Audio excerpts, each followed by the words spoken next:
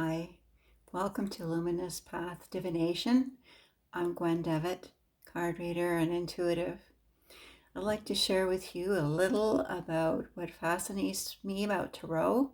You may know that tarot has a structure, and once the structure and the symbols are learned, that a tarot reader could generally go from deck to deck and conduct a reading. Now, this is what fascinates me about the decks. I've interviewed probably dozens of them, and I am constantly amazed by the artwork that the creators are coming up with, especially in these last few years of artwork that's just so different and yet stays true to the symbology of the tarot. So my goal in this video is to introduce you to a few cards from 6 decks so that you can see what fascinates me. The first deck I ever owned is Gaian Tarot by Joanna Powell Colbert. It took Joanna 9 years to make this deck. She hand painted each of the cards and did a beautiful job. I'm a bit out of order here. I wanted to show the Fool first.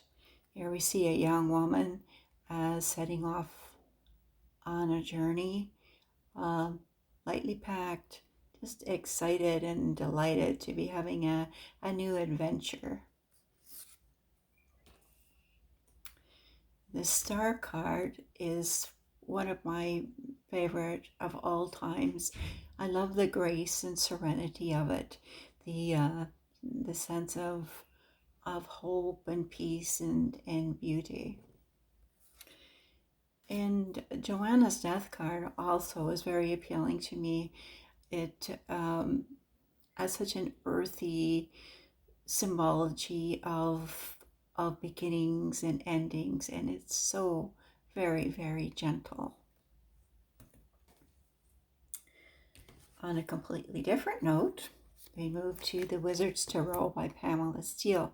Pamela created this deck because one of her granddaughters asked her to, and so she set to work making a deck that was child-friendly.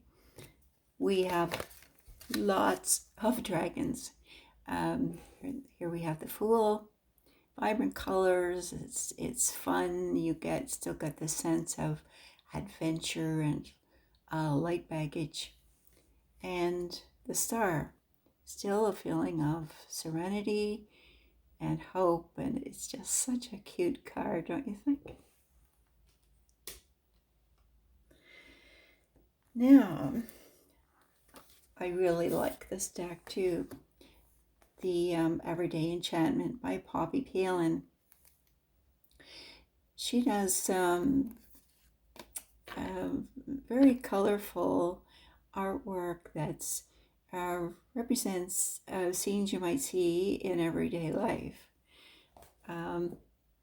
So here we have the Fool, a young man who's thinking, you know, there's more out of life than this, and I'm going to go and have an adventure. He's taking very little with him. His spirits are high, and off he goes. This Death card is really beautiful. As the grandmother is explaining to her granddaughter about the cycles of life and transformation, and telling her that they'll always be connected, that life is eternal. There's nothing to worry about. Now this Star card, you can see, is very different from Joanna's Star card, yet in it still there's the a feeling of hope and also serenity. This young woman knows she is where she's meant to be, and she's helping people. It's her service. So, I'm a dog lover, and this Magical Dogs Tarot by Mickey Mueller was such a delight to me. Her husband did the artwork, and it's amazed me constantly how the expressions and body language of the dogs in this deck truly symbolize the meaning of each card. Here we have the Fool, little Cairn Terrier setting off. You can just feel her saying, I am going. No one can stop me from taking this adventure. I'm off to find something new, and I think it's going to be fun. Won't you come along with me? The Star. We have a Basenji looking at the reflection of the dog star in the Nile River. There's still feeling of hope and serenity here. And this death card made me shiver when I saw it. You know, see the transformation of spirit, and it gave me such a feeling when I saw this card of eternal life, of potential that exists always. The Spirit Within Tarot was a revelation for me, and the revelation is that artwork that's simple and basically silhouettes and a subtle coloring can be so evocative. Here we have the Fool setting off on his journey. Just look at the exuberance here and the feeling of potential, of excitement and joy, lightheartedness. From this deck, I chose the Hanged Man instead of the Death card because I really, really like this card. It has a feeling of chrysalis to me, of metamorphosis. It's a time apart, time for reflection and inner growth, time for connecting deeply with yourself, of not rushing ahead, of waiting until the time is right, till the heart knows. And here's Stephen's representative of the star. I feel as if this young woman is wishing on a star. She's hoping that her dreams will come true. The bird is a messenger whispering in her ear that all is well, you are loved. And the last deck I want to talk about is the Star Child Tarot. It's gorgeous, and once again the artwork in it is very different. It's